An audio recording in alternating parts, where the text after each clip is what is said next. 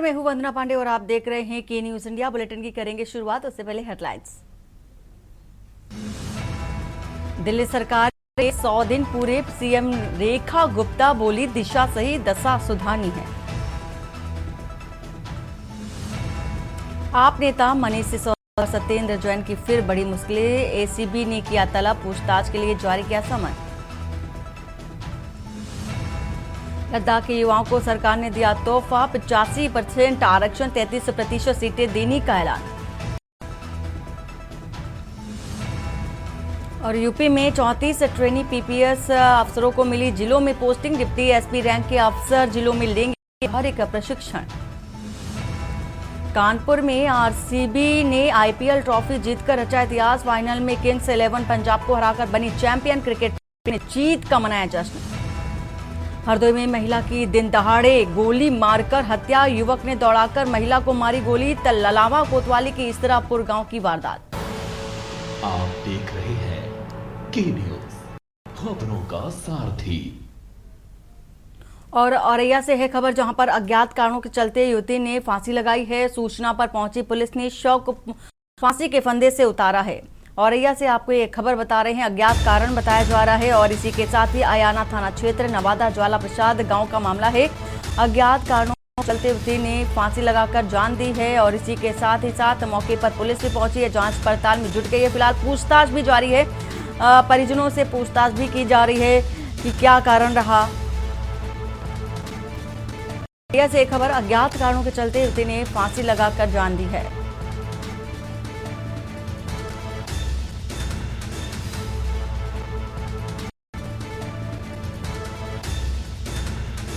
तो अयाना थाना क्षेत्र नवादा ज्वाला प्रसाद क्षेत्र का ये मामला बताया जा रहा है। अज्ञात कारणों के चलते युवती ने फांसी लगाई है। वहीं युवती के फांसी लगाने के बाद परिजनों का रो रो करके बुरा हाल है। मौके पर पुलिस भी पहुंची है और देख सकते हैं तस्वीरों के माध्यम से, अयाना थाना क्षेत्र नवादा ज्वाला प्रसाद गांव का मामला है।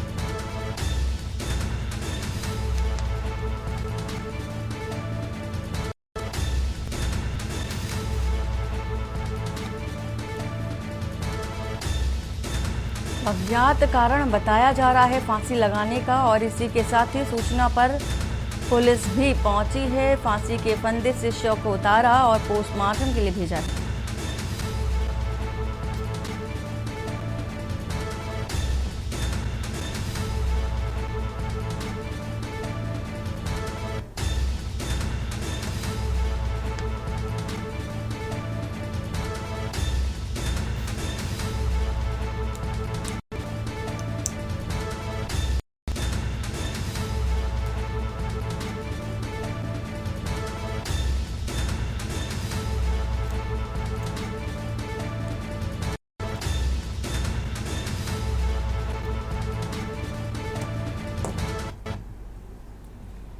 लखनऊ से है खबर, जहां पर मिक्की माउस के झूले में मिला किशोर का शव। मृतक किशोर के पेट में खरोच के निशान भी पाए गए। मृतक की पहचान 12 वर्षीय कलीमुद्दीन के रूप में हुई है और हरदोई जिले का रहने वाला बताया जा रहा है। मृतक ठाकुरगंज के हुसैनाबाद फूड कोर्ट के पास का ये पूरा मामला है, जहां पर मिक्की माउस में एक किशोर का शव मिला है। हरदोई जिले का रहने वाला कलीमुद्दीन बताया जा रहा है। राजधानी लखनऊ से खबर, मिकी माउस के झूले में किशोर का शव बरामद हुआ है और मृतक किशोर के पेट में खरोच के निशान भी बताए जा रहे हैं।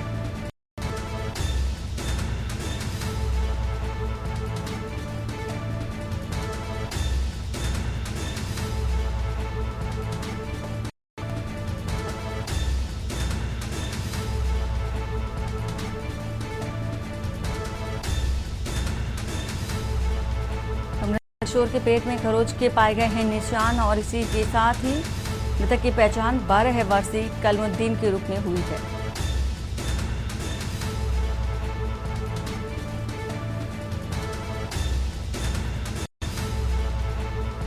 लखनऊ से एक खबर आपको बता रहे हैं, मिकी माउस के झूले में मिला किशोर का शव।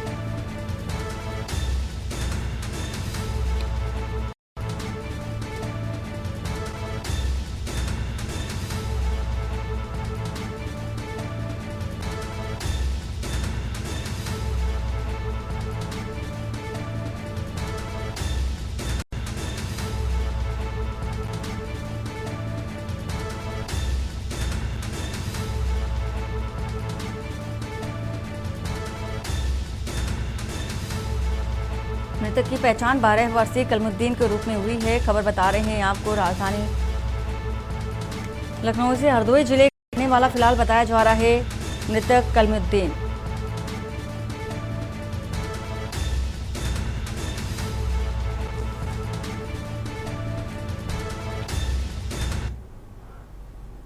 और लखनऊ से खबर बता रहे हैं आपको, जहां पर बदला है मौसम का मिजाज, शुरू हुई है बूंदाबांदी। राजधानी के कई हिस्सों में सुहावना मौसम होता नजर आया है। महानगर के बाशिंदों को गर्मी उमस से राहत मिली है और तेज गरज के साथ हुई मानसूनी बारिश की शुरुआत।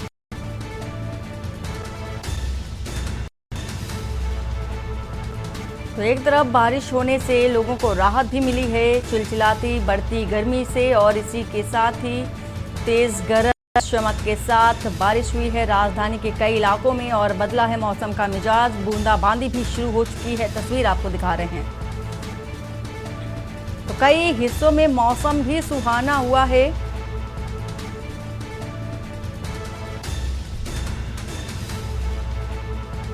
तो मानसूनी बारिश की शुरुआत हो चुकी है और इसी के साथ ही कहीं बूंदाबांदी, कहीं तेज हवाओं का रुख भी देखा जा सकता है।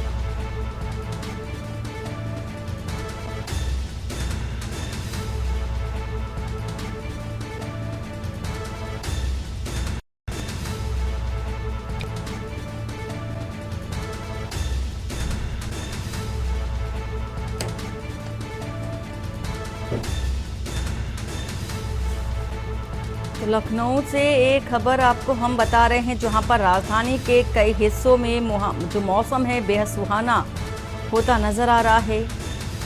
एक और लोग परेशान थे बढ़ती गर्मी से, बढ़ते तापमान से, लेकिन जैसे ही बारिश की शुरुआत हुई वैसे ही लोगों के चेहरे भी खिल उठे और इसी के साथ ही साथ राहत देती ये बारिश नजर आ रही है। मौसम ठंडा होता नजर आ रहा है। तो उमस भरी गर्मी से राहत मिली है लोगों को। तस्वीर आपको दिखा रहे हैं और आकलन भी आप इन तस्वीरों के माध्यम से कर सकते हैं कि जिस तरह से लोग परेशान थे, घरों से निकलना भी दूभर हो गया था और ऐसे में बारिश का हो जाना, चेहरे भी लोगों के खिले हैं। राजधानी के कई हिस्सों में देखा जा सकता है मौसम का बदलता रुख रुझान और इसी के साथ ही बढ़ती गर्मी और उमस से राहत मिलती नजर आ रही है।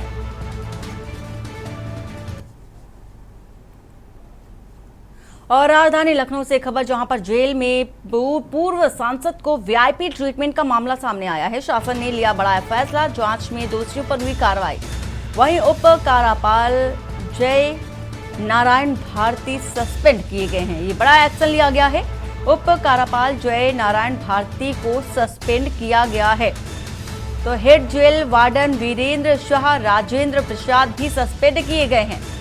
जेल वार्डन रजनीश यादव को भी सस्पेंड किया गया है। आरोपियों के खिलाफ विभागीय कार्रवाई भी प्रस्तावित की गई। कारापाल जीवन सिंह के खिलाफ होगी विभागीय कार्रवाई और कारागार अधीक्षक पर भी विभागीय कार्रवाई की संस्तुति दी गई है। डीआईजी जेल कानपुर रेंज को सौंपी गई थी। मामले की जांच और सचिव विधिक सेवा प्राधिकरण के निरीक्षण में खामियां भी मिली थी। कारागार में बंदी जीवन बिता रहे हैं पूर्व सांसद रिजवान जहीर और उनके बैरक में मिले थे गद्दा, तकिया और पंखा। वीआईपी ट्रीटमेंट के साथ जेल में नजर आए थे। देसी घी, अचार, टिफिन तेल और साबुन व शैम्पू भी मिला। इसी के साथ ही कारागार में पूर्व सांसद से मिले थे 30,000 नगद। तो वीआईपी ट्रीटमेंट देने के चलते ये बड़ी कार्रवाई देखी जा सकती है राजधानी लखनऊ में और इसी के साथ ही कई अधिकारियों पर गाज गिरती नजर आई है। तो बंदी के कारागार में मिले थे कई वीआईपी सामान और इसी के साथ ही कारागार में पूर्व सांसद से मिले 30,000 रुपए। जेल में पूर्व सांसद को वीआईपी ट्रीटमेंट का मामला है ये और इस पर बड़ी कार्रवाई भी देखी जा सकती है। शासन ने बड़ा फैसला लिया। जांच में बड़े खुलासे भी निकलकर सामने आए। उप कारापाल जय नारायण भारती को सस्पेंड किया गया। Head jail warden Virendra Shah, Rajendra Prasad भी सस्पेंड किए गए। जेल वार्डन रजनीश यादव को भी सस्पेंड किया गया है। लखनऊ से आपको एक खबर बता रहे, वहीं आरोपियों के खिलाफ विभागीय कार्रवाई भी प्रस्तावित की गई है। कारापाल जीवन सिंह के खिलाफ होगी विभागीय कार्रवाई, ये बड़ी खबर आपको बता रहे हैं इस वक्त की। कारागार अधीक्षक पर भी विभागीय कार्रवाई की संस्तुति दी गई है और साथ ही साथ डीआईजी जेल कानपुर रेंज को सौंपी गई थी पूरे मामले, पूरे प्रकरण की जांच। और ऐसे में ये खुलासे भी हुए। सचिव विधिक सेवा प्राधिकरण के निरीक्षण में देखा गया कि कारागार में बंदी जीवन बिता रहे पूर्व सांसद रिजवान और उनको वीआईपी ट्रीटमेंट मिलता नजर आया। उनके बैरक में मिले थे गद्दा, तकिया और पंखा।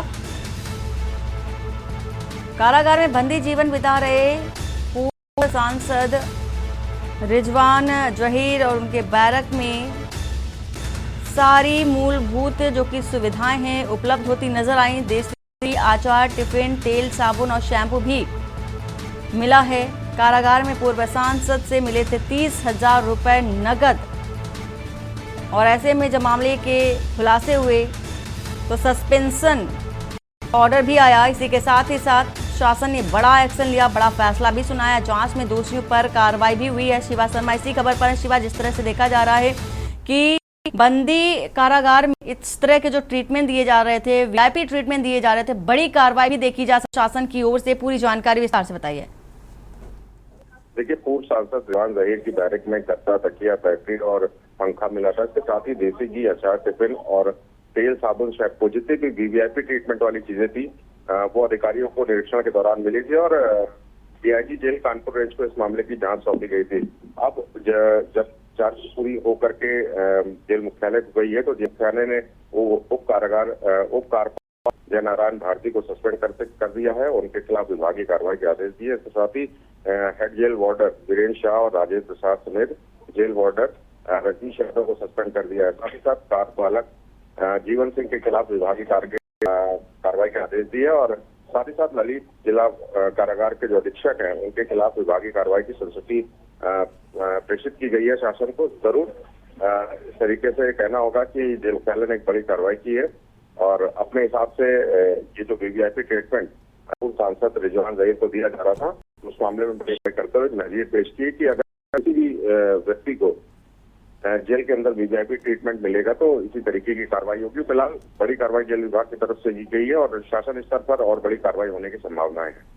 बहुत शुक्रिया शिवा पूरी जानकारी देने के लिए।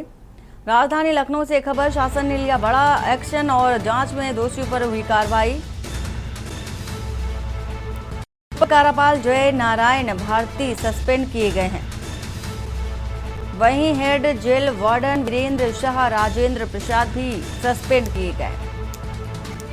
जेल वार्डन रजनीश यादव को भी सस्पेंड किया गया है।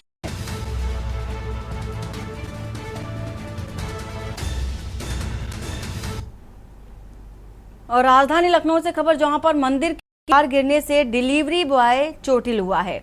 एक गली से निकल रहे डिलीवरी बॉय पर दीवार गिरी है और घायल युवक को पुलिस ने अस्पताल में भर्ती भी कराया है। अमीनाबाद के लैया वाली गली की ये घटना बताई जा रही है। तो अमीनाबाद के लैया वाली गली की यह घटना, जहां से गुजर रहे डिलीवरी बॉय पर दीवार गिरी है और दीवार गिरने से डिलीवरी बॉय चोटिल हो गया है गंभीर रूप से। आप ये तस्वीर भी देख सकते हैं, गिरी हुई दीवार की, यहीं से गुजर रहा था डिलीवरी बॉय और हादसे का शिकार हो गया। गंभीर चोटें भी आई हैं। अमीनाबाद के लैया वाली गली की ये घटना है।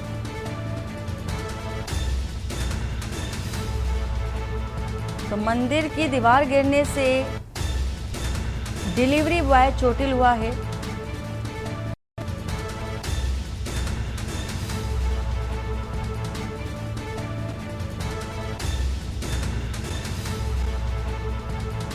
तो अमीनाबाद के लैया वाली गली की यह घटना बता रहे हैं आपको। राजधानी लखनऊ से एक खबर, डिलीवरी बॉय को कई गंभीर चोटें भी आई हैं दीवार गिरने से मंदिर की। और एक गली से गुजर रहा था, निकल रहा था वहीं से और उसी दौरान दीवार गिर गई।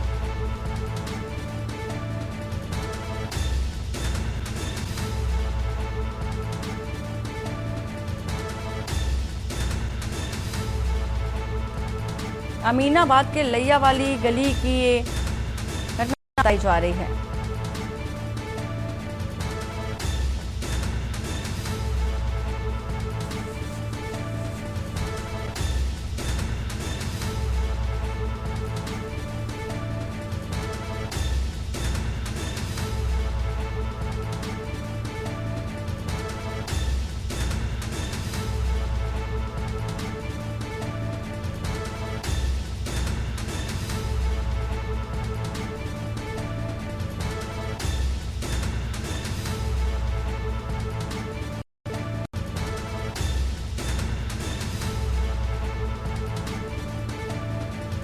लखनऊ से खबर बता रहे हैं आपको।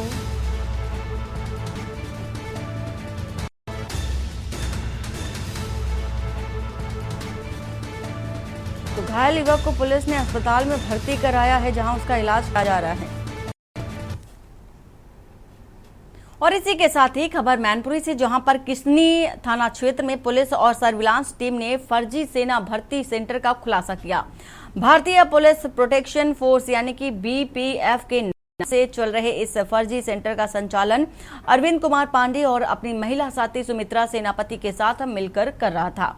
आरोपी सैन्य भर्ती और ट्रेनिंग के नाम पर अभ्यर्थियों से 2 से 3 लाख रुपए वसूलते थे और इसके बाद कुछ चयनित प्रशिक्षकों को सिक्योरिटी गार्ड की नौकरी दिला देते थे। संबंधित लोग नोएडा, उत्तराखंड, अन्य स्थानों पर प्रसार कर अभ्यर्थियों को अपने जाल में फंसाकर ठगी का शिकार बनाते थे। पुलिस ने छापा मारकर मौके से फर्जी वर्दी, नकली आईडी और विभिन्न दस्तावेज और डिवाइस बरामद की है। तीसरे फायर देखा जा रहा है, तीसरा फरार है और तीसरे फरार आरोपी प्रकाश कुमार को पुलिस तलाश कर रही है।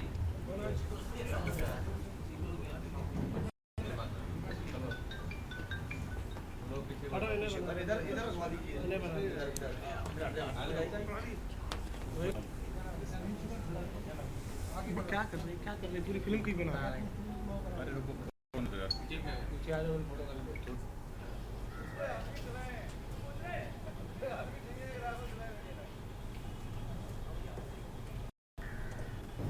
एक सूचना मिली थी कुछ अभ्यर्थियों के द्वारा कि किसनी में एक सेंटर, कोचिंग सेंटर ऑब्लिक इसको कह सकते हैं, ये भर्ती सेंटर टाइप का प्रशिक्षण सेंटर खोला गया था, जिसका उद्देश्य ये बताया जा रहा था कि इसमें अगर आप ट्रेनिंग करेंगे तो इसके बाद आपको वो प्राइवेट सेक्टर में सुरक्षा एजेंसी की नौकरी हो या फिर सेना से लेके अन्य जगहों पे जो वैकेंसियाँ निकलती है उसके लिए आपको तैयारी करवाया जाए, जिसमें आपकी नौकरी पक्की है। और वहीं ऑल इंडिया किसान महासभा ने बिजली निजीकरण के खिलाफ मुख्यमंत्री के नाम डीएम को एक ज्ञापन दिया है, जिसमें से निजीकरण रोकने की मांग की गई और किसानों का कहना है कि निजीकरण का फैसला किसानों के विरोध में है। निजीकरण के बाद कारपोरेट घराना किसानों का दोहन करेगा। अगर सरकार ने निजीकरण नहीं रोका तो किसान आंदोलन करेंगे। किसान सरकार को अंतिम कील ठोकने के लिए मजबूर होंगे।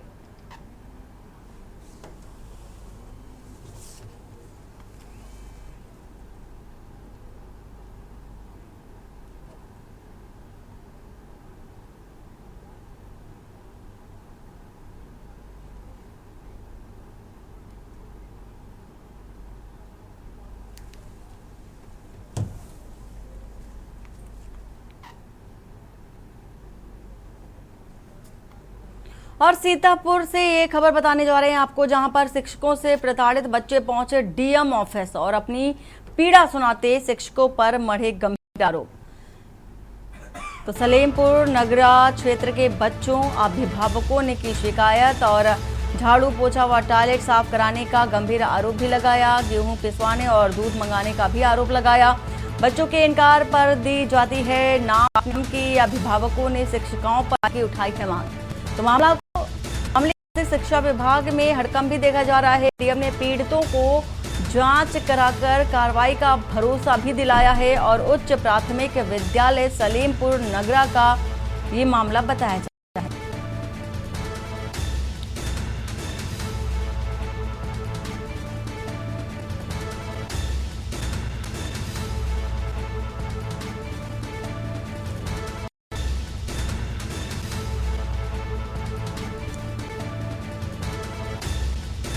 तो डीएम ने पीड़ितों को जांच कराकर कार्रवाई का भरोसा दिलाया है। उच्च प्राथमिक विद्यालय सलीमपुर नगरा का ये मामला है, जहां पर ये छोटे छोटे बच्चों की ओर से गंभीर आरोप भी लगाए गए हैं। इनके पेरेंट्स की ओर से भी आरोप लगाए गए हैं कि स्कूल में शिक्षक उनसे स्कूल का काम करवाते हैं, साफ सफाई करवाते हैं, टॉयलेट भी साफ कराते हैं। और इसी बीच कन्नौज से आ रही है खबर, कन्नौज से बता देते हैं आपको। कन्नौज से इस बीच आपको बता रहे हैं खबर, जिला अस्पताल कर्मियों की बड़ी लापरवाही देखी जा रही है। कन्नौज से आपको ये खबर बता रहे जहां पर कर्मियों की बड़ी लापरवाही से वेंटिलेटर पर पहुंचा युवक। तो बड़ी खबर कन्नौज से, सांप काटने के चलते जिला अस्पताल में आया था युवक और लापरवाही देखी जा रही है। इलाज के नाम पर खानापूर्ति कर स्वास्थ्य कर्मियों ने लौटाया और अब वेंटिलेटर पर देखा जा सकता है स्वास्थ्य कर्मियों ने युवक को एक इंजेक्शन लगाकर वापस भेज दिया।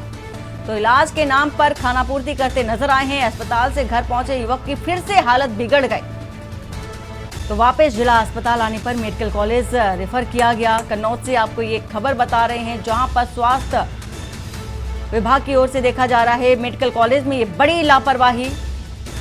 मेडिकल कॉलेज में बिगड़ी हालत तो कानपुर रेफर किया गया।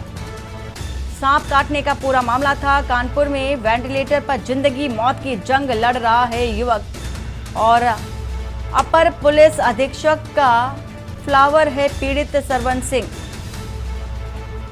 सीएमएस ने लापरवाही मामले की जांच के लिए टीम भी बनाई है। और इसी के साथ ही कन्नौज से खबर, जिला अस्पताल कर्मियों की बड़ी लापरवाही। कर्मियों की बड़ी लापरवाही से वेंटिलेटर पर पहुंच चुका है युवक और इलाज के नाम पर लापरवाही साफ तौर पर देखी जा सकती है। खानापूर्ति कर अब जिला अस्पताल भेजा गया। इलाज के नाम पर खानापूर्ति कर स्वास्थ्य विभाग की ये लापरवाही, युवक को एक इंजेक्शन लगाकर वापस भेजा और जैसे ही घर पहुंचा वहां पर भी तबीयत बिगड़ गई और फिर से अस्पताल पहुंचा तो उसे रेफर कर दिया गया। और अमित मिश्रा कन्नौज हमारे साथ जुड़ चुके हैं। हमें जिस तरह से लापरवाही ये देखी जा रही है, घोर लापरवाही कही जा सकती है, क्या कारण है? और खाना पूर्ति करने के साथ ही वापस एक इंजेक्शन लगा करके युवक को भेज दिया, जहां पर उसकी जो तबीयत है वो बिगड़ गई थी। जी बिल्कुल, कहीं ना कहीं ये बड़ी संवेदनहीनता कही जाएगी और बड़ी लापरवाही भी कही जाएगी कि अगर युवक यहाँ पर भर्ती हुआ था, यहाँ का एक सदर कोतवाली क्षेत्र का एक युवक भर्ती हुआ था जो यहाँ पर आया जिला अस्पताल में, उसने बताया डॉक्टरों को, देर शाम ही आया हुआ था, उसने बताया कि उसको सांप ने काट लिया है। तो उसके बाद जो डॉक्टर थे उन्होंने उसको देखा, उसको फर्स्ट एड के चक्कर में कुछ ऐसे नियम बताते हैं कि अगर सांप काटने या कुछ ऐसे आता है तो वो लोग देखते हैं, वो लोग कुछ फोटोज मांगते हैं, तमाम तरीके के एक्सक्यूज रहते हैं। जबकि वो युवक खुद भी बता रहा था, उसके परिजनों से हमारी बात हुई, वो युवक बता रहा था, उसके घर वाले बता रहे थे कि इसको सांप ने काटा है। तो सांप काटने का जो पहला उपचार होता है वो ना देकर इन्होंने उसको एक किडबैक इंजेक्शन लगाया, जिसके थोड़ी देर बाद उस युवक ने, उसके घर वालों ने आरोप लगाया है कि उसको जाने के लिए कह दिया। जब वो लोग घर चले गए हैं उसके बाद उसकी तबीयत फिर बिगड़ी है, वापस फिर आए हैं, फिर उसके बाद उसने बताया कि हमारी तबीयत अब बिगड़ रही है, फिर उसको उपचार दिया गया है और उसके बाद जब उसको संभाल नहीं पाया तो उसको मेडिकल कॉलेज रेफर किया गया। मेडिकल कॉलेज में भी उसकी हालत बिगड़ी, इसके बाद वो कानपुर हेलट पहुंचा और वहां पर उसकी हालत इतनी बिगड़ी कि सीधे आईसीयू और वेंटिलेटर पे पहुंच गया। तो कहीं ना कहीं ये बहुत बड़ी लापरवाही है। और अब जैसे ही मामला आगे बढ़ा है तो यहाँ के जो जिला अस्पताल के सीएमएस है उन्होंने एक डॉक्टरों की एक पैनल टीम गठित कर दी है, 3 डॉक्टरों की, और जांच करके उसमें कार्रवाई की बात कही जा रही है। जी बहुत शुक्रिया अमित जानकारी देने के लिए। कन्नौज से आपको ये तस्वीर भी दिखा रहे हैं, लापरवाही की ये तस्वीर साफ तौर पर देखा जा सकता है कि डॉक्टरों की इतनी बड़ी लापरवाही का खामियाजा एक युवक को भुगतना पड़ रहा है। और वक्त हो चला एक छोटे से ब्रेक का। ब्रेक के बाद जल्द हाजिर होते हैं। आप देख रहे हैं के न्यूज, खबरों का सारथी। और ब्रेक के बाद आपका स्वागत है। प्रयागराज से आ रही है इस बीच खबर, जहां पर एसपी कार्यालय के बाहर लगा विवादास्पद पोस्टर देखा जा सकता है। पोस्टर को लेकर के राजनीतिक गलियारों में भी सरगर्मी बेहद तेज हो गई है। तो पोस्टर में भाजपा सरकार के मापदंड पर सवाल भी उठाए गए और सिर्फ कहा गया है कि सिर्फ मुसलमानों की सदस्यता रद्द क्यों। बकरीद से ठीक पहले सांप्रदायिक सौहार्द बिगाड़ने की कोशिश भी बताई जा रही है।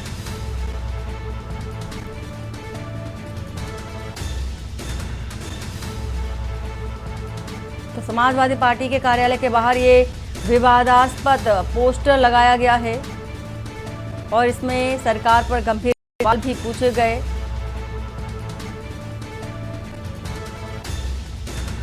पोस्टर में भाजपा सरकार पर मापदंड चूंकि तय करने की बात कही गई, सवाल खड़े किए गए।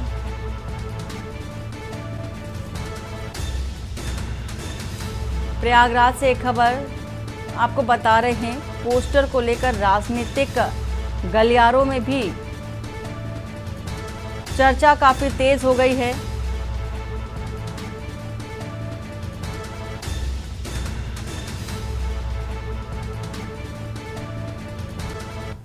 और पोस्टर पर साफ तौर पर लिखा है कि सरकार बताए कि आपत्तिजनक टिप्पणी करने पर मुसलमानों से ही सवाल क्यों।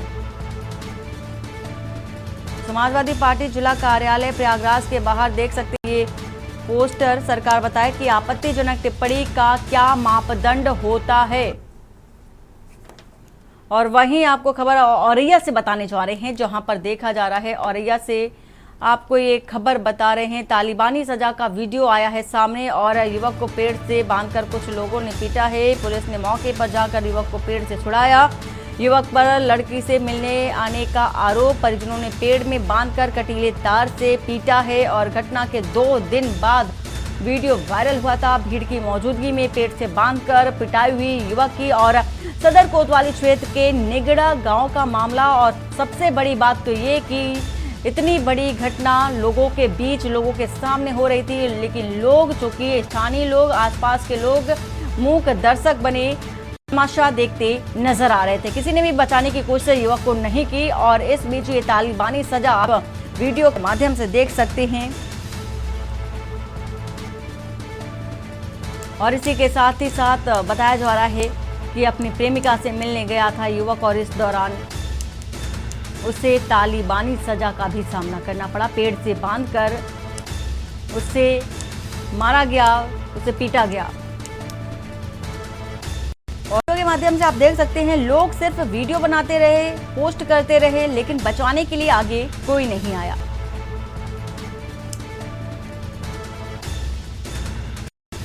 और वहीं पर एक पुलिसकर्मी भी साफ तौर पर देखा जा सकता है।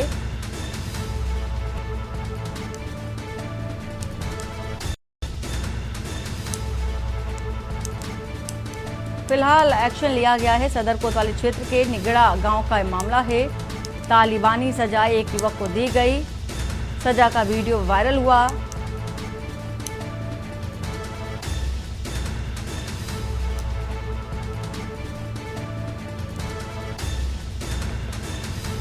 युवक ने मौके पर जाकर युवक को पेड़ से बांधा देखा जा सकता। तालिबानी ये सजा दी गई है। और सहारनपुर से खबर है, जहां पर पुलिस और गौकशों के बीच मुठभेड़ हुई। चेकिंग के दौरान पुलिस और गौकशों के बीच मुठभेड़। जंगल में भागे गौकशों की पुलिस ने की घेराबंदी और अपने आप को घिरता देख गौकशों ने फायरिंग कर दी। और इसी के साथ ही गौकश ने पुलिस टीम पर फायर भी झोंक दिए। पुलिस की जवाबी फायरिंग में 2 गौकश घायल भी हुए हैं। घायल गौकशों को पुलिस ने बेहट सीएचसी में भर्ती भी कराया। और कलसिया के पास बताया जा रहा है कि नहर पटरी के जंगल में मुठभेड़ हुई है। गौकशों के कब्जे से अवैध असलाहा कारतूस बरामद किया गया। गौकशी के प्रयुक्त होने वाले, इस्तेमाल किए जाने वाले उपकरण भी बरामद किए गए। साथ ही पकड़े गए गौकशों का आपराधिक इतिहास भी पुलिस खंगाल रही है। जनपद सहारनपुर की कोतवाली बेहट इलाके की ये घटना, ये पूरा मामला बताया जा रहा है।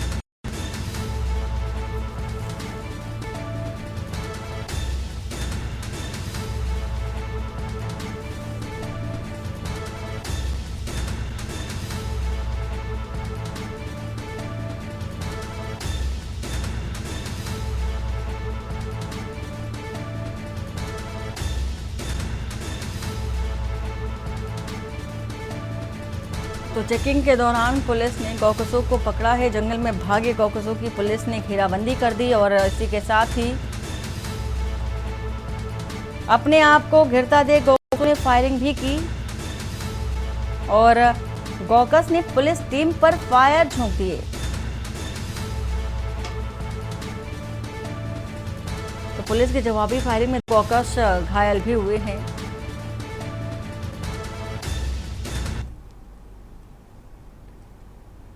और हमीरपुर से खबर, जहां पर अज्ञात कारणों के चलते ट्रक में आग लग गई। सड़क किनारे आग का गोला बने ट्रक का वीडियो वायरल हो रहा है और आग के विकराल रूप से इलाके में अफरा तफरी भी मची हुई है और घटनास्थल पर फायर ब्रिगेड के साथ पुलिस भी मौजूद है।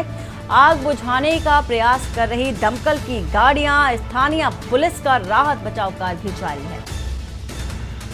तो भयानक आग लगी है ट्रक में। तस्वीर आप देख सकते हैं मौदहा इलाके की और गुप्ता पेट्रोल पंप के पास का ये मामला है, जहां पर खड़े ट्रक में भीषण आग लग गई। घटनास्थल पर फायर ब्रिगेड के साथ पुलिस की टीम भी पहुंची। आग बुझाने का प्रयास कर रही दमकल की कई गाड़ियां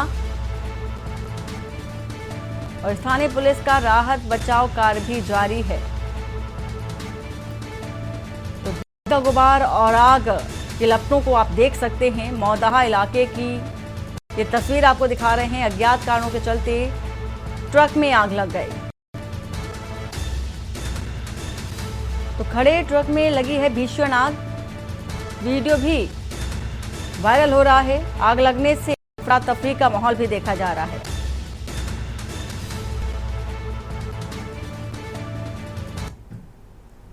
गाजीपुर से है खबर, जहां पर सीवेज सफाई में मजदूर समेत 2 की मौत बताई जा रही है। शहर के नखास इलाके में हादसा हुआ है। दम घुटने से मौत की आशंका भी व्यक्त की जा रही है। सफाई करने से सीवेज में उतरा था मजदूर और इस बीच ये बड़ी वारदात, बड़ी घटना आती है। मजदूर को बचाने में एक अन्य की भी मौत हो जाती है। तो सफाई करने के लिए सीवेज के अंदर उतरा था मजदूर और इसी के चलते मौत हो गई। गाजीपुर से खबर, सीवेज सफाई में मजदूर समेत 2 की मौत बताई जा रही है। तो शहर के नखास इलाके का मामला है।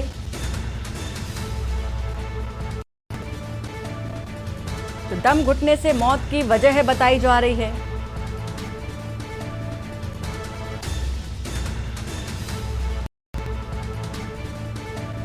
गाजीपुर से आपको ये खबर बता रहे हैं, सफाई में मजदूर समेत 2 की मौत बताई जा रही है।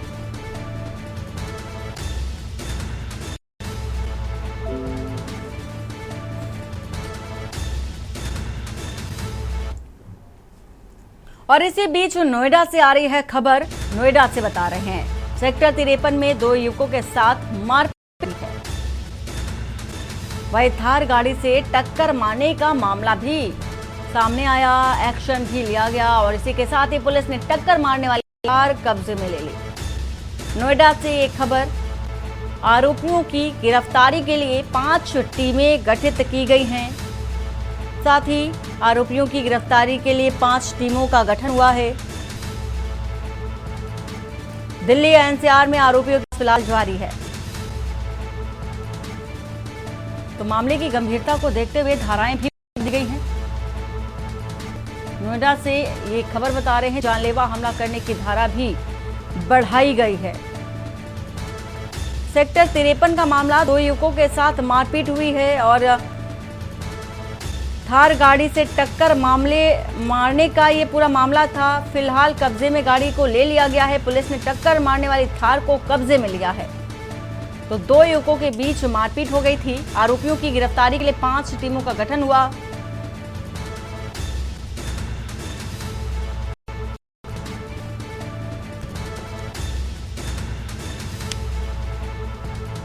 तो दिल्ली एनसीआर में आरोपियों की तलाश जारी है। पुलिस पूरी तरह से एक्टिव मोड में है। 2 युवकों के बीच विवाद हुआ था और थार से टक्कर मारने का मामला था और थार को कब्जे में ले लिया गया है।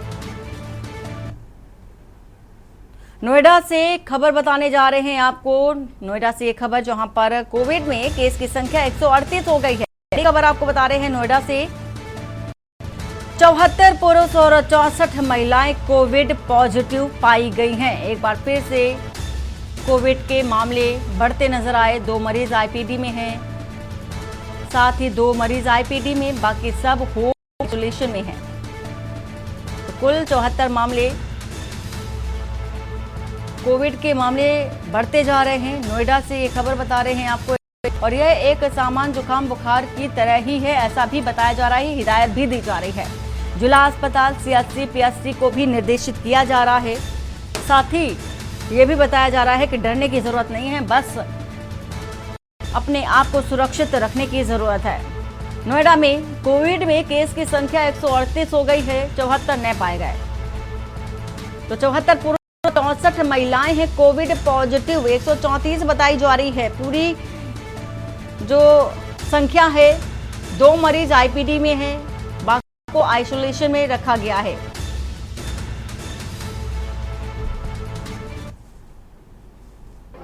स्टेट में जो कोविड का स्टेटस है, हमारे पास टोटल 138 केस है। 138 केस में से 74 मेल केस है, 64 फीमेल केस है, और पिछले 24 घंटे की अगर बात करी जाए तो 30 न्यू केसेस हैं। ये नंबर ऑफ केसेस हो गए। लेकिन अगर बात करें इसके सीवियरिटी की, तो केवल 2 ही केस अभी तक IPD में है। केवल 2 केस IPD में है। जिला अस्पताल में सिंगल एक केस हमारे पास थे, जो अभी बात हुई है सुबह, तो वो नेगेटिव हो चुके हैं, उनका भी डिस्चार्ज बन रहा है। और वहीं संभल से खबर है। संभल में सामने आए करोड़ों के बीमा घोटाले में बड़ा खुलासा हुआ है, और एडिक्शन SP अनुकृति शर्मा ने 100 करोड़ रुपए अधिक के फर्जी बीमा घोटाले का पर्दाफाश करते हुए जानकारी दी है। और ये मामला अब प्रवर्तन निदेशालय यानी कि ED को सौंपा जा चुका है। सूत्रों के मुताबिक ED इस मामले में कई मुकदमे दर्ज भी कर सकती है, और आने के समय में कई बड़े नामों का खुलासा भी हो सकता है। जांच में अब तक 100 करोड़ रुपए से अधिक का घोटाला उजागर हुआ, जिसमें फर्जी बीमा क्लेम, फर्जी मृत्यु प्रमाण पत्र तैयार कर बीमा राशि हड़पी गई। कई मामलों में हत्या कर बीमा क्लेम वसूलने का भी खुलासा हुआ है, और अब तक 55 आरोपियों को गिरफ्तार कर जेल भी भेज चुकी है संभल पुलिस, और कई FIR दर्ज भी हुई है, और पुलिस अन्य आरोपियों की तलाश में भी जुट गई है। वहीं ED की एंट्री से जांच की जो रफ्तार है वो बढ़ गई, और अब जब मामला ED के पास पहुंच चुका है तो इसकी जांच वित्तीय लेन देन और मनी लॉन्ड्रिंग के दृष्टिकोण से भी की जा रही है। ED द्वारा कई अहम दस्तावेज जब्त करने की सूचना है, और जल्द ही कई नए मामलों और नए नामों के खुलासे की भी संभावना जताई जा रही है।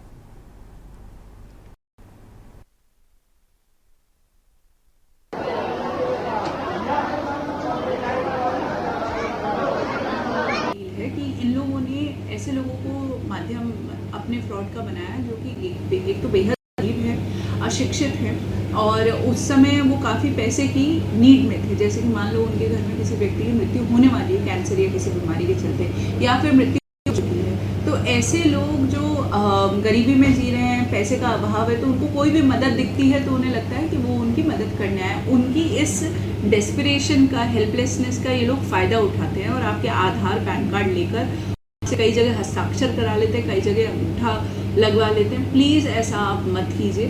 कोई भी आपको सरकारी स्कीम के बहाने पैसे दिलाने का अगर प्रलोभन दे रहा है, आप लोग जो हमारे ऑफिसेज हैं, जो डेजिग्नेटेड विभाग हैं, वहीं जाएं। अपने साथ हमेशा किसी पढ़े लिखे व्यक्ति को साथ रखें, जब तक कि आप मन से आश्वस्त ना हो जाए कि ये सही व्यक्ति है, सही जगह है जहाँ इस पॉलिसी के लिए आवेदन होता है, तब तक अपना आधार, अपना पैन किसी के साथ भी साझा ना करें।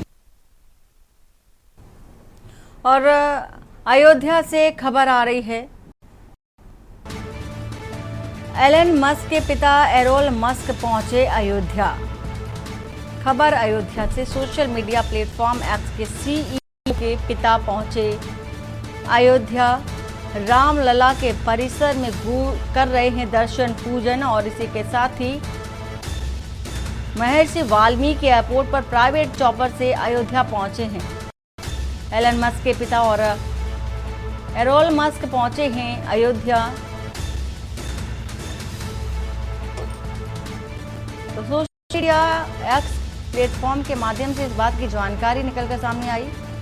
रामलला के परिसर में पूजन अर्चन भी कर रहे हैं।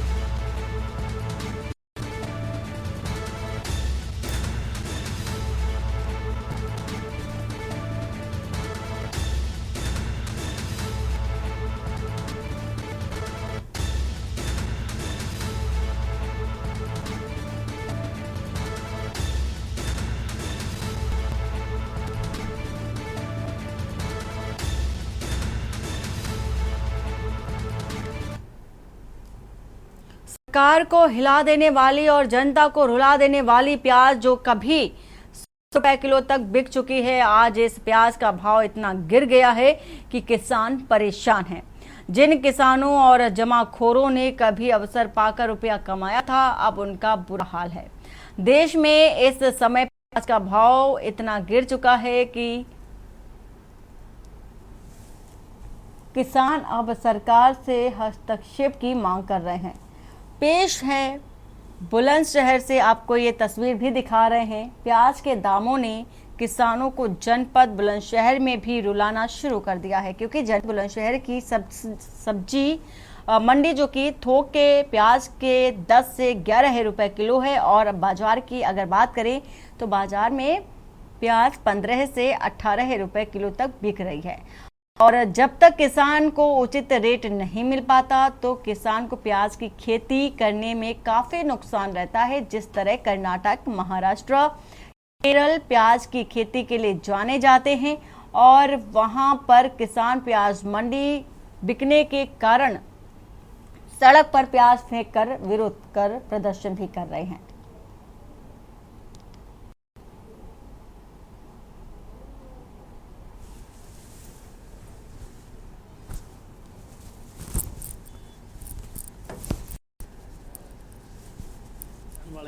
खेत वाले का काम है। अच्छा, खेती बाड़ी का काम है। जिस तरह से आप मध्यम वर्ग के जो किसान हैं जी, अगर इस समय बाजार में प्याज के रेटों की अगर बात करें तो किस तरह के रेट हैं?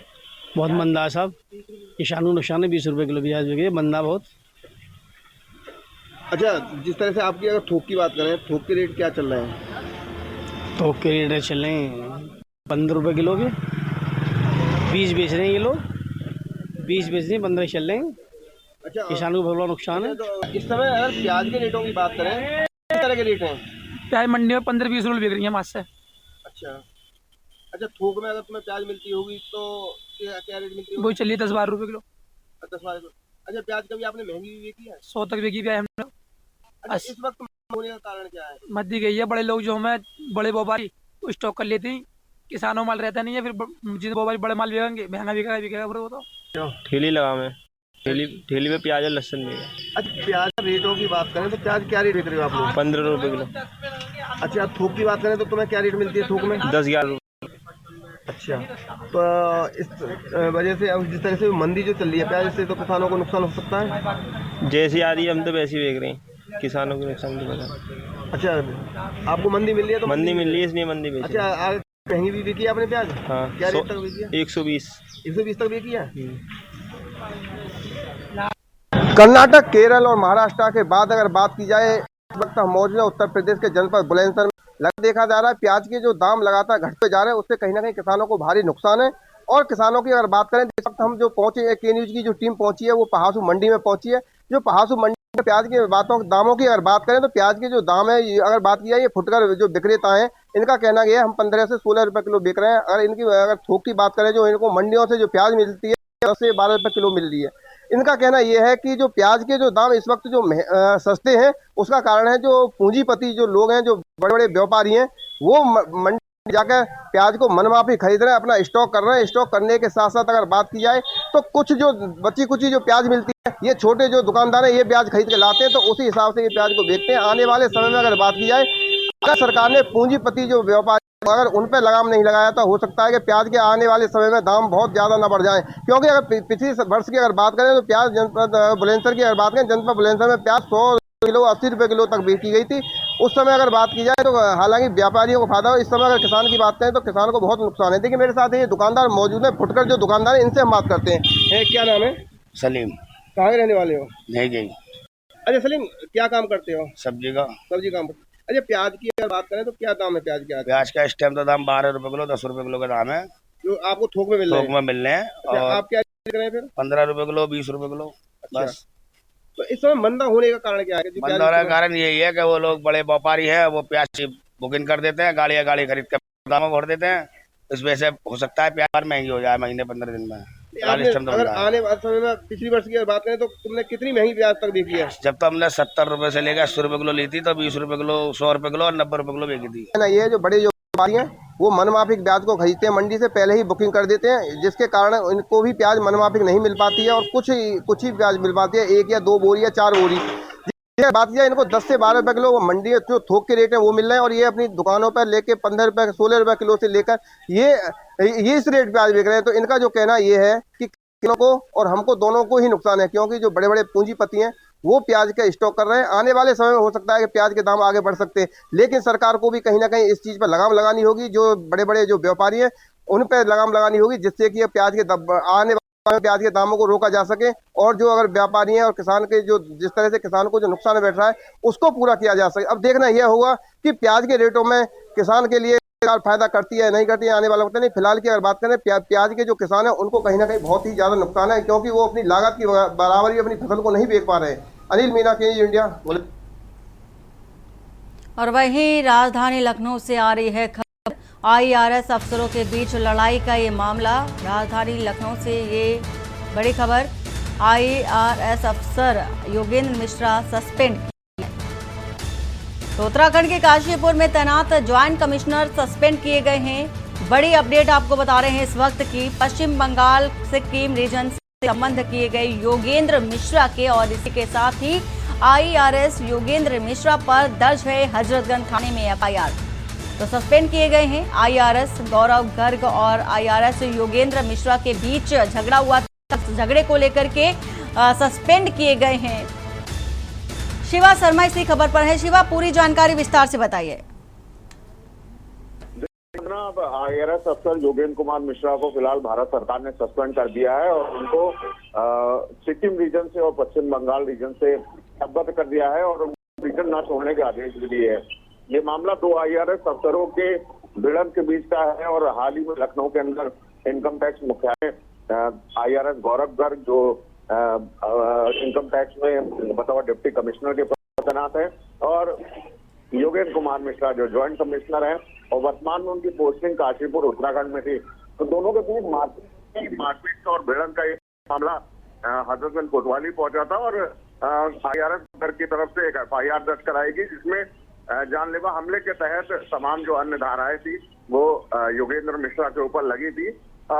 योगेंद्र मिश्रा और उनकी पत्नी ने लगाया था कि गौरव गर्ग की जो पत्नी है वो IPS रवीना त्यागी लखनऊ पुलिस कमिश्नरी में तैनात है और उन्हीं के दबाव के चलते और रुतबे के चलते उनकी FIR हुई, जबकि ये मामला इतना बड़ा नहीं था।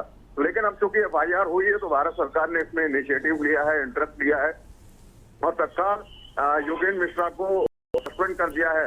तो अब ये लड़ाई कितनी दूर जाएगी वंदना अभी फिलहाल पता नहीं है, लेकिन सबसे बड़ी बात है कि अगर योगेंद्र मिश्रा के खिलाफ चार्जशीट होती है तो योगेंद्र मिश्रा जो IRS अफसर है उनकी मुश्किलें जो है वो और ज्यादा बढ़ जाएगी। अभी फिलहाल सस्पेंड की बात में जो उनकी पत्नी है योगेंद्र मिश्रा की, वो भी कानपुर में ARTO के पद पर तैनात है। अब उनका कहना है कि उनकी जो FIR थी वो पुलिस विभाग ने दर्ज नहीं करी थी और कोर्ट की शरण लेगी। तो अब ये 2 IRS अफसरों की जो भिड़ंत का मामला है वो और ज्यादा बढ़ता चला जा रहा है और अगर इसमें न्यायालय की दखल अंदाजी हुई तो कहीं ना कहीं ये विवाद और ज्यादा बढ़ेगा और उसके बाद उत्तर प्रदेश सरकार भी बड़ा फैसला ले सकती है कि 2 IRS अफसरों के बीच में जो गौरव गर्ग की पत्नी है IPS रवीना त्यागी, उनकी भी पोस्टिंग को लेकर के कुछ फैसला ले सकती है। तो अभी फिलहाल जो सस्पेंशन की कार्रवाई है वो योगेंद्र मिश्रा के खिलाफ हुई है और भारत सरकार ने ये बड़ा निर्णय लेते हुए उन्होंने पश्चिम बंगाल और सिक्किम रीजन से उनको सस्पेंड कर दिया है। बहुत शुक्रिया पूरी जानकारी देने के लिए।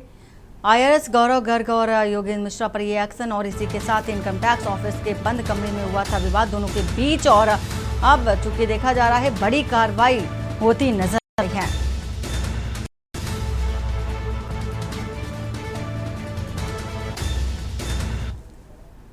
और राजधानी लखनऊ से आ रही है खबर बता देते हैं आपको। जानकीपुरम में हॉस्टलर छात्रों का आतंक देखा जा रहा है। जानकी विहार कॉलोनी में हॉस्टल के 50 युवकों का उपद्रव और ये वीडियो भी कैद हुआ है CCTV में। युवकों ने किया पथराव, 3 गाड़ियां तोड़ी, कई लोग बताए जा रहे हैं घायल हैं। तो कॉलोनी के लोगों ने एक युवक को दौड़ाकर पीटा है। युवकों ने पथराव किया, 3 गाड़ियां तोड़ी, कई लोग इसमें जख्मी भी हो गए हैं। पथराव के चलते कॉलोनी के लोगों ने एक युवक को दौड़ाकर पकड़ा है और वीडियो भी चूंकि कैद हो गया CCTV में। गुस्साए कॉलोनी के लोगों ने जानकारी मिली है कि उपद्रवी छात्रों ने हड़कंप मचा दिया। जानकीपुरम में हॉस्टलर छात्रों का ये आतंक देखा जा सकता है। जानकी विहार कॉलोनी में हॉस्टल के 50 युवकों का उपद्रव।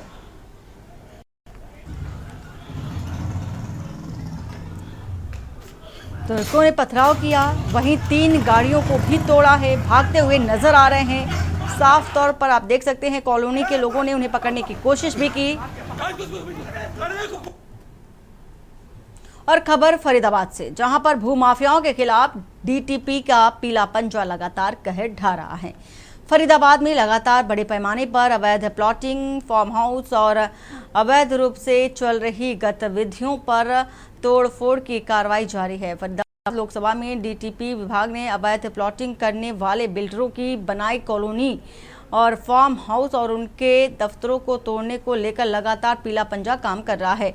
इसी के चलते अवैध प्लॉटिंग पर डीटीपी विभाग का पीला पंजा चलता नजर आ रहा है। और आज भी डीटीपी विभाग ने फरीदाबाद लोकसभा के कई भूमाफियाओं की अवैध प्लॉटिंग पर तोड़फोड़ की बड़ी कार्रवाई को अंजाम दिया। इसमें डीटीपी अनिल मलिक ने बताया कि गांव नगलिया में भूमाफिया अवैध रूप से बड़े पैमाने पर कॉलोनी फार्म का निर्माण करा रहे हैं। इस मौके पर जानकारी देते डीटीपी अनिल मलिक ने बताया कि लगातार अवैध प्लॉटिंग पर डीटीपी विभाग की कार्रवाई की जा रही है। के बारे में मैं आपको बताना चाहूँगा। कंट्रोल्ड एरिया जो डिक्लेयर हमारा लॉन्ग जेवर कनेक्टिविटी रोड, तो उसके नगलिया गांव में खड़े हैं हम। और नगलिया गांव में मोटा मोटा मान के चलिए आप 4-5 नाम से कॉलोनाइजर्स अवैध निर्माण कर रहे हैं, जिसमें कि एक स्टर्लिंग, वैदिक स्टर्लिंग के नाम से है, एक द फॉरेस्टा के नाम से है, और ताज ग्रीन और एक AWG। वैसे तो इनका मोटा मोटा जो रकबा माने तो वो कंट्रोल्ड एरिया डिक्लेयर होने से पहले फील्ड बुक में दर्ज है, जो कि ये हमारी फील्ड बुक है। तो बट उसके बाद भी इन्होंने, जो हमारा नवंबर 2023 में कंट्रोल्ड एरिया डिक्लेयर हुआ, उसके बाद इन्होंने किसी ने 5 एकड़, किसी ने 2 एकड़, किसी ने मैक्सिमम अगर बात करें तो ऐसा ही है कि 5-7 एकड़ तक, 8 एकड़ तक, किसी ने 2 एकड़ में करी है। जैसे द फॉरेस्टा है, इनका मान के चलिए कि 2 एकड़ में ज़्यादा बढ़ाई है इन्होंने।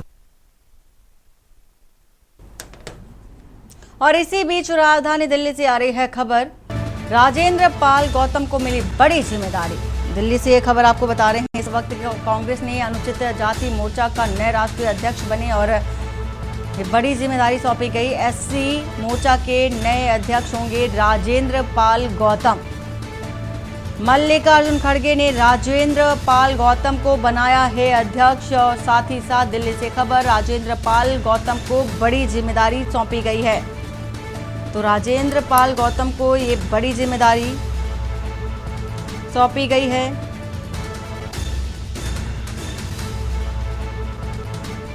तो एससी मोर्चा के नए अध्यक्ष बने हैं राजेंद्र पाल गौतम। और विशेष संवाददाता अखिलेश हमारे साथ जुड़े हुए हैं। अखिलेश, जिस तरह से देखा जा रहा है, इंतजार करने के बाद, लंबा इंतजार करने के बाद अब आखिरकार अध्यक्ष बना दिया गया और नाम भी तय कर दिया है कांग्रेस की ओर से। राजेंद्र पाल गौतम को ये बड़ी जिम्मेदारी सौंपी गई है। कांग्रेस में नए सृजन संगठन को लेकर कार्यक्रम चल रहे। राहुल गांधी लगातार ताबड़तोड़ दौरे कर रहे हैं और इसी बीच कहा जा सकता है कांग्रेस के राष्ट्रीय संगठन में लगातार तब्दीली जारी है। पहले ओबीसी मोर्चा में अनिल जयहिंद को राष्ट्रीय अध्यक्ष बनाया गया, डे कैप्टन को हटा दिया गया था। अब एससी मोर्चा में भी तब्दीली की गई है। राजेंद्र पाल गौतम को एससी मोर्चा का राष्ट्रीय अध्यक्ष बनाया गया है। कांग्रेस के राष्ट्रीय अध्यक्ष मल्लिकार्जुन खड़गे की तरफ से बाकायदा चिट्ठी जारी करके राजेंद्र पाल गौतम को नई जिम्मेदारी दी गई है। ये राजेंद्र पाल वही है जो आम आदमी पार्टी में हुआ करते थे, अरविंद केजरीवाल सरकार में मंत्री हुआ करते थे। विवादित बयान को देने को लेकर कुछ भ्रष्टाचार के आरोप लगे थे। उसके बाद राजेंद्र पाल गौतम को आम आदमी पार्टी ने मंत्री के पद से हटा दिया था। उसके बाद राजेंद्र पाल गौतम ने पार्टी को छोड़ दिया था और लंबे समय से वो इंतजार में थे कि लोकसभा चुनाव उनको दिल्ली में लड़ने को मौका मिलेगा, लेकिन टिकट नहीं मिली थी। फिलहाल कांग्रेस ने अनुसूचित जाति मोर्चा का राष्ट्रीय अध्यक्ष बनाकर एक बार कह सकते हैं कि राजेंद्र पाल गौतम को बड़ा मौका दिया है। राजेंद्र पाल गौतम के पास संगठन का काम करने का अनुभव और खासकर अनुसूचित लोगों में उनका जितना की पैठ और पकड़ नेटवर्क है उसका कांग्रेस पूरा फायदा उठाना चाहेगी। इसी के मद्देनजर कहा जा सकता है कि राजेंद्र पाल गौतम जो ऐसे मोर्चा के राष्ट्रीय अध्यक्ष बने हैं वो कांग्रेस के लिए फायदेमंद साबित हो सकते हैं। बिल्कुल अखिलेश, फिलहाल पूरी जानकारी देने के लिए शुक्रिया। आप हमारे साथ बने रहिए। दिल्ली से ये बड़ी जानकारी आपको दे रहे हैं। राजेंद्र पाल गौतम को बड़ी जिम्मेदारी सौंपी गई है और इसी बीच बड़ी खबर आ रही है राजधानी दिल्ली से। आपको बता देते हैं इस वक्त की सबसे बड़ी खबर, संसद सत्र की विपक्ष की मांग के आगे झुकी सरकार। बड़ी खबर इस वक्त की बता रहे हैं आपको दिल्ली से। सरकार ने संसद का मानसून सत्र को लेकर फैसला किया है। तो ये बड़ी जानकारी, बड़ी खबर आपको बता रहे हैं कि जुलाई से 12 अगस्त 2025 तक मानसून सत्र चलेगा और संसदीय कार्य मंत्री किरेन रिजिजू ने सत्र पर बड़ा बयान भी दिया। संसद सत्र की विपक्ष की मांग के आगे आखिरकार सरकार को झुकना पड़ा और इसी के साथ इसने संसद का मानसून सत्र को लेकर फैसला भी किया है। तो 21 जुलाई से 12 अगस्त 2025 तक मानसून सत्र चलेगा। संवाददाता अखिलेश हमारे साथ बने हुए हैं। अखिलेश, पूरी जानकारी।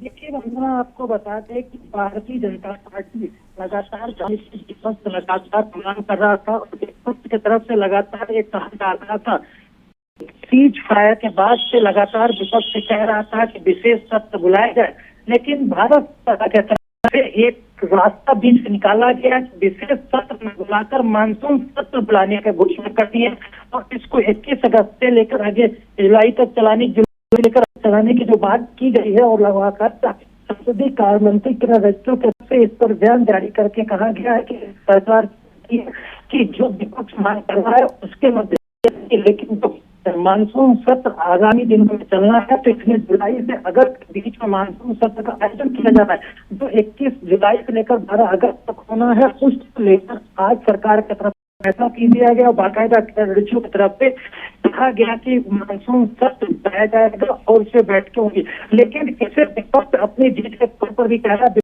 लगातार कह रहे थे कि मानसून सत्र से पहले एक विशेष सत्र बुलाया जाए जिसमें खास कर पहलगाम आतंकी हमला हुआ। भारतीय सरकार और भारतीय सेना की तरफ से जो पाकिस्तान और आतंकवादियों के खिलाफ कार्रवाई की और सीज फायर हुआ उस पर सत्र में चर्चा करना चाहते हैं, लेकिन सरकार की तरफ से विशेष सत्र न बुलाकर मानसून सत्र बुलाने की घोषणा कर दी है। फिलहाल इसे विपक्ष से जीत कहा जा सकता है। सरकार की तरफ से कह रहा है कि एक रूटीन कार्यक्रम है जिसके तहत मानसून सत्र हर बार बुलाया जा रहा था, इस बार भी उसी तट पर बैठे फिलहाल। लेकिन बहुत शुक्रिया अखिलेश पूरी जानकारी देने के लिए। संसद की विपक्ष की मांग के आगे सरकार को झुकना पड़ा। दिल्ली से इस वक्त की आपको सबसे बड़ी खबर बता रहे हैं और बुलेटिन में फिलहाल इतना ही। बाकी की खबरों के लिए आप के न्यूज़ के साथ। नमस्कार। आप देख रहे हैं के न्यूज़, खबरों का सारथी।